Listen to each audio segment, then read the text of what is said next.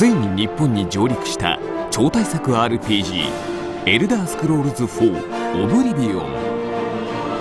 今回は日本語版プロデューサー高橋哲司とアメリカメリーランド州にある開発元ベセスダソフトウェアに赴き、全世界で300万本以上売り上げたこの作品の魅力に迫る。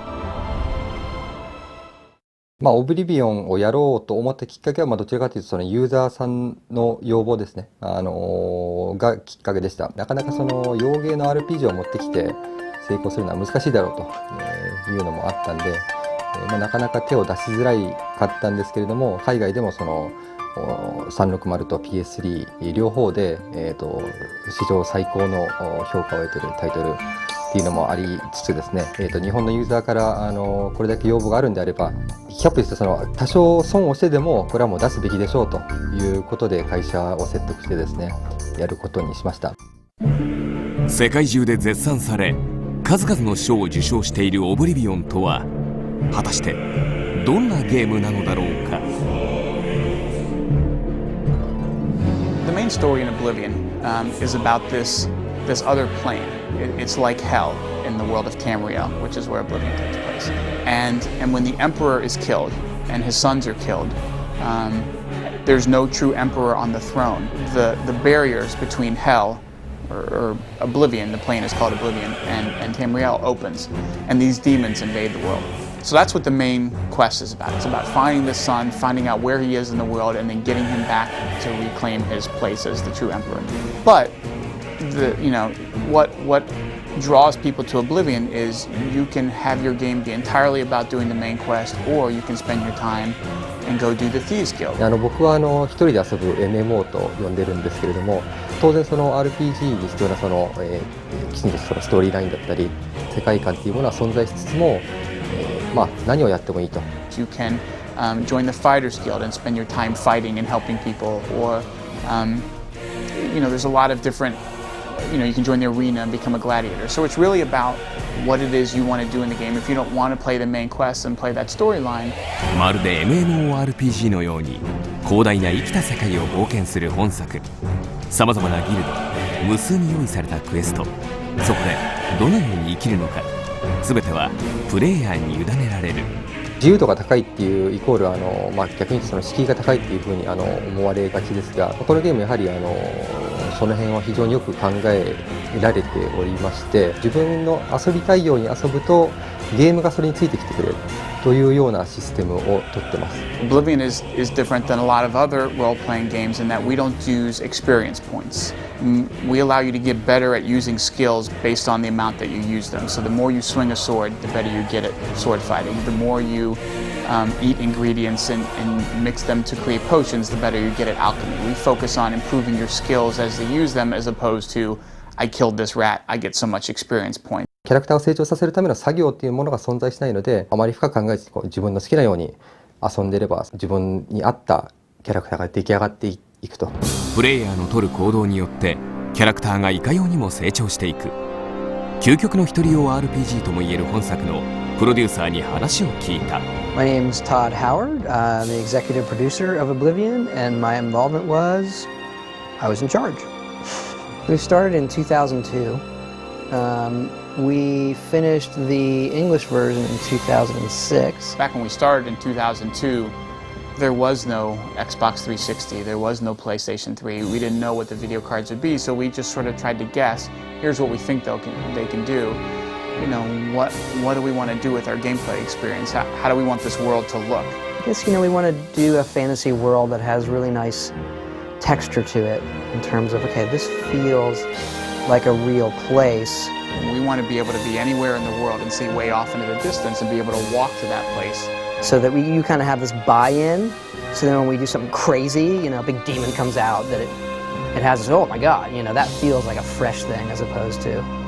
こちらはオブリビオンを開発した会社で、特別にですね開発のエリアを見せていただくことになりました。でこちらにいるのがベセスタの、ピート・ハインズさん、PR、マネージャーです。Can you tell us what these are?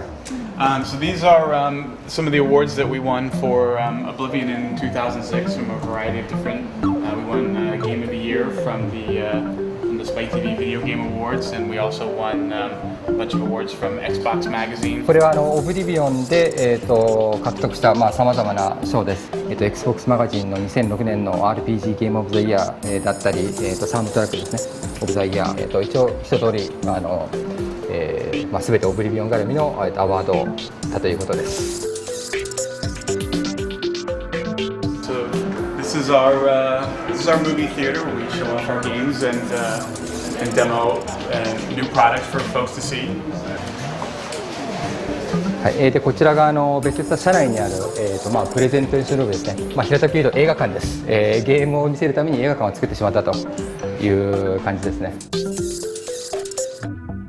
The Radiant AI was our ability to put non-player characters in the world, NPCs into the world. 次世代を見据えてさらなるリアルさを追求し開発がスタートしたオブリビオン。その世界に命を吹き込んだのがラディアント AI と呼ばれる人工知能の存在。We have so many, thousands of characters that we can't go in and script every person. So we developed Radiant AI so that we'd give them kind of general goals. Go here, sleep here, eat here, do this, here are your goals, and they just kind of, do it on their own. For example, you need to eat now, and they'll figure out a way to eat based on what kind of character they are. So if they're a responsible character and they own food, they'll go back to their house, they'll sit down at their table, they'll eat the food they have, and then they'll go on to the next chore, whether it's a job or going to church or whatever the case may be. We felt we needed to build a system to even pull that off. When we first wrote it very generically in terms of just let them do their thing, and they ran crazy. We had this one quest I remember where we'd start the quest, we'd go into jail. The quest started in jail. The guy was your cellmate, so you'd go into jail and he'd be dead. Like, why is this guy dead? And we kept trying to debug it, and why is this guy dead half the time? What was happening was, if you played the game long enough, the guards who lived in the jail ran out of food, and this guy had some, so they went in the cell to kill him and take his food. So if you waited long enough, he'd just come, he'd be dead, but you never knew what happened. So one of our programmers just sit there and watch it and say, I know what's happening. You need to give the guards unlimited food, otherwise they're going to go kill him for his food. Stuff like that, made for a lot of good stories, but also like, is this ever going to work? 奥深さと多様性を兼ね備えた世界。制作者でもあり冒険者でもある3名にオブリビオンの冒険談を語ってもらった。レベルがまだ2のレベル2の状態で森の中を、歩いていたら、ユニコーンに、出会いました。そのユニコーンがその 3体のそのミノタウルスに攻撃をされてたんで、これはまずいと、ユニコーンを倒さなくちゃいけないと思って、近くに寄ってってミノタウルスを倒しました。そこまではいいんですけど、なぜか僕が乗ってた馬が気に食わなかったらしく、速攻ユニコーンが僕の馬に攻撃をし始めて、馬がやられた後にですね、また僕のことをなぜか攻撃をしてきて、かれこれ30分ぐらい逃げ回って首都まで逃げ込んで、でそこでまたユニコーンとで喧嘩になってと。My favorite thing to do after all these years of playing the game is I still love just wandering through the world and finding a spot coming over a hill or across a path where you just turn and look and take in the world that you're in, and just how alive it feels that you really feel like you're in this other place. My favorite stuff is the Dark Brotherhood, the Assassin's Quest line. There are these poisoned apples you can get in the Dark Brotherhood, and you can swap them out for people's food. So I go to the tavern, I steal all the food, and I replace it with poisoned apples, and I go to the tavern, everybody comes, they all get their meals, and they all go, bleh! I just think that's hilarious. So here at Bethesda, we're broken up by what people do rather than by projects. So we're broken up by programmers, designers, level designers, artists.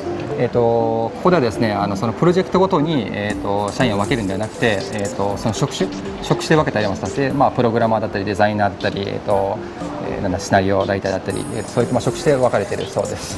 この回では大体60人ぐらいで、これはもう純粋な開発ですね。で、上の方に品管がまた別にあって、そこでプラス30人ぐらいいるそうです。We have our own sound studio here, so we can do all of our own voice recording for all of our games. So we have our own sound studio here. で、こちらがサウンドスタジオ、そのままですね。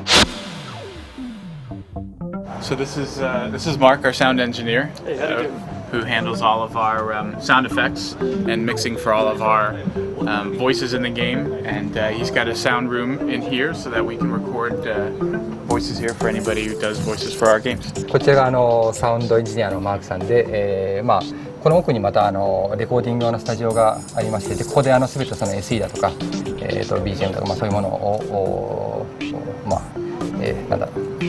加工できるという部屋です。サウンドルームですね。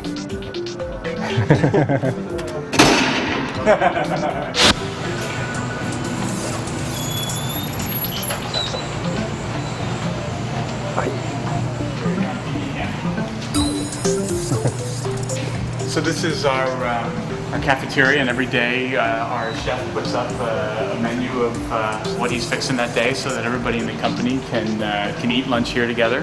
日本では大きな会社では結構あるものなんですけど、一応社食です。アメリカではあんまりないものですね。でこちらの看板の方に今日の、基本的にはサンドイッチ系が多いんですけども、今日のメニューが書かれて、社員は誰でもここで自由に飲み食いすることができると。で、フリー？No, but it's just a little bit.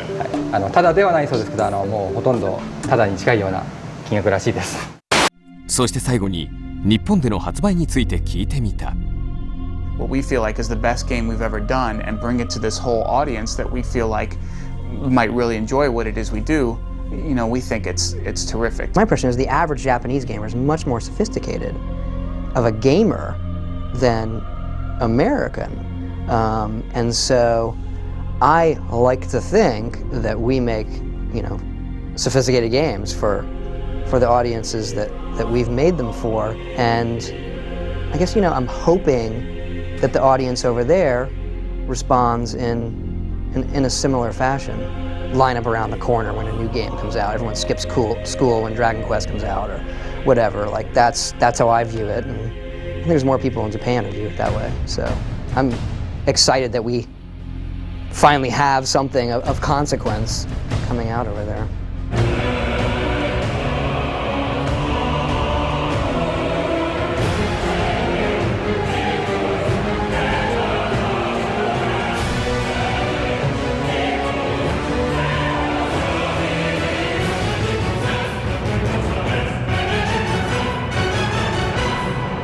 And so it's my understanding that this issue has a third DVD, which is the DVD we have, which we had a crew follow us for months making the first stage of the game, which was our demo for E3.